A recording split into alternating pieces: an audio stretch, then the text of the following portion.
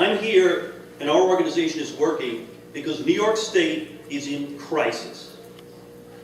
We don't have business development here. We don't have job development here. We have people who are moving. 8,000 people a month move out of New York State. 8,000. For anybody to say that we don't have a fiscal crisis in New York State is just kicking it down the road. That's the reality. And I'll start with that. Because as a school board member, I was sitting there, and every time we as school board members say, hey, you know what? We need to spend our money over here because it's more important for our children. We had a superintendent look us back in the eye and say, you know what? That's mandated by the state. Yes, but we don't need it here. That's better for a district in Manhattan someplace or in Buffalo someplace. But what do we have to do? Mandate. Mandate. I felt that we lost local control in our district. In our community, we're very proud of our schools. We're proud of our staff. We're proud of our students. We're proud of our parents. And we sit here every day and we hear mandates from New York State. People who sit on some panel up in Albany somewhere saying that they know what's better for our kids in our district. I happen to think they're wrong. And when I heard that we had a mandate relief bill, I said it's important that we look into this mandate relief bill. One size doesn't fit all. One size doesn't fit all. You know what, if you're in a classroom, you have some kids that sit in reading group A, reading group B, and reading group C. One size doesn't fit all. We have to get away from that. And the reason I was attracted, I also know that the burden on our taxpayers is unsustainable. Period. I bought my house in Suffolk County over here 40 years ago. We were paying $800 a year taxes. It's $14,000. It's not even a great neighborhood. How do you live? How do you live like that? My kids want to live here. My daughter says, Dad, I want a place to live. Maybe I want to buy your house. What are the taxes? Oh, forget it. I'm not living there. Can't do it. So we got involved in the tax cap. We got involved in that. For 20 years, I drove back and forth to Albany as a member of the New York State School Boards Association and other, to sit there and say we need a tax cap because we have to protect our homeowners. We have to protect our tax base. Didn't happen. Well, it finally happened a couple of years ago. And everybody sat there with doom and gloom and saying, you're going to pass that tax cap. Our teachers are going to lose their jobs, kids are going to lose programs, spending's going to go down. All right, listen. All right, that's fine. You fine. I'll tell you this, okay? Under the tax cap last year, on Long Island, 127 school districts, a 2-point-whatever% tax cap, the average increase in spending in a school district on Long Island was 3.6%. 6% fewer students than 5 years ago. The tax cap did not reduce spending, period. It did not. And this year people are saying, now the tax cap is below 2%. Well, it'll end up being around 2.2, 2.4 because there's some exempt items that are on there. But what a lot of people don't realize is that the state, in the governor's budget, increased spending for education by 5%. No. Oh, yes, it did. 5% from last year. Read it, look at it. 5% from last year. Okay? Add it up. Add it up. Stop. The reality is simple. The reality is simple. Okay? The governor of this state and the assembly has agreed that no matter what this tax cap is, it's going to be made up on the other side. That is the state aid side.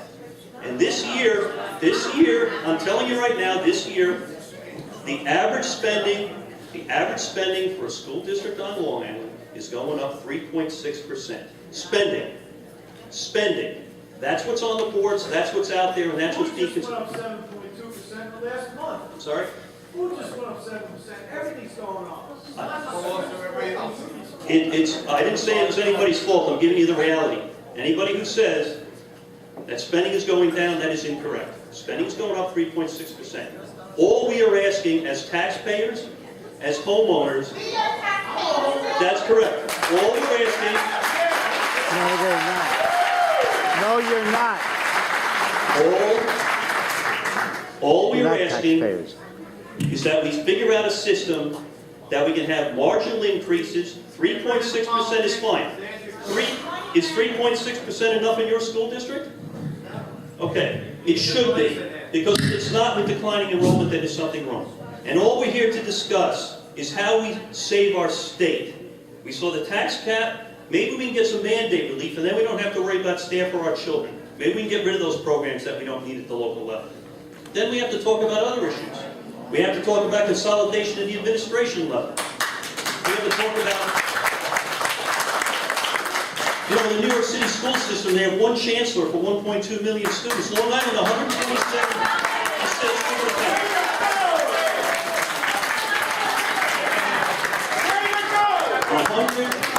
127 superintendents for the same pupil base as New York City. Are they professional or are they going to keep their mouths shut? Which one are they? What we're going to do is this. The rest of I'm going to ask Steve to keep doing his remarks and end them, and when he does, we will have some people coming up and asking questions. But as a matter of fairness, because we've had 3 people on one side of this issue, if there's a representative from the unions who are here who would like to be the first one to the microphone to give perhaps a statement, your perspective, and then some questions to EJ, we will entertain that before anyone else, okay, as a matter of fairness. So Steve, why don't you continue? No, we're fine. All we're trying to do here is that everybody has an open mind on a lot of these issues. Something has to be done. If we can, yeah, that's right. I got 6 kids, okay? Don't say that. I have 6 kids that go to school here. I have a couple of grandkids that go to school here. Like Mike was saying, I want them to be able to live here and stay here. And so far, what they're telling me right now is the cost of living is prohibitive. And they're starting to move away. That's what I'm afraid of. I think we could all work together to have reasonable increases in spending. 3.6% this year, that's the increase. I happen to think it's fair. If you can convince us otherwise that it's not fair, and we should just forget about mandate relief and forget about consolidation, forget about what's going on with our administrators, that's fine. You know, we'll take our notes and go home. But if we're not willing to work together to save our region, save our schools, save our students, and allow our tax base to remain intact, when you have 8,000 people leave, you're losing tax base. And whoever's left has to make up the difference. And I'll leave it at that, and we'll open it up to questions. Thank you, Steve. Thank you, everyone.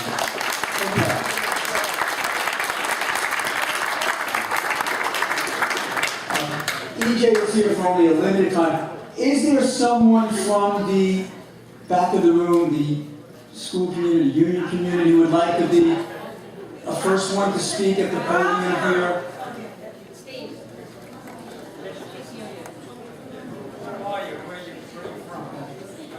Just please identify that, and please, people on both sides of this issue, please be respectful.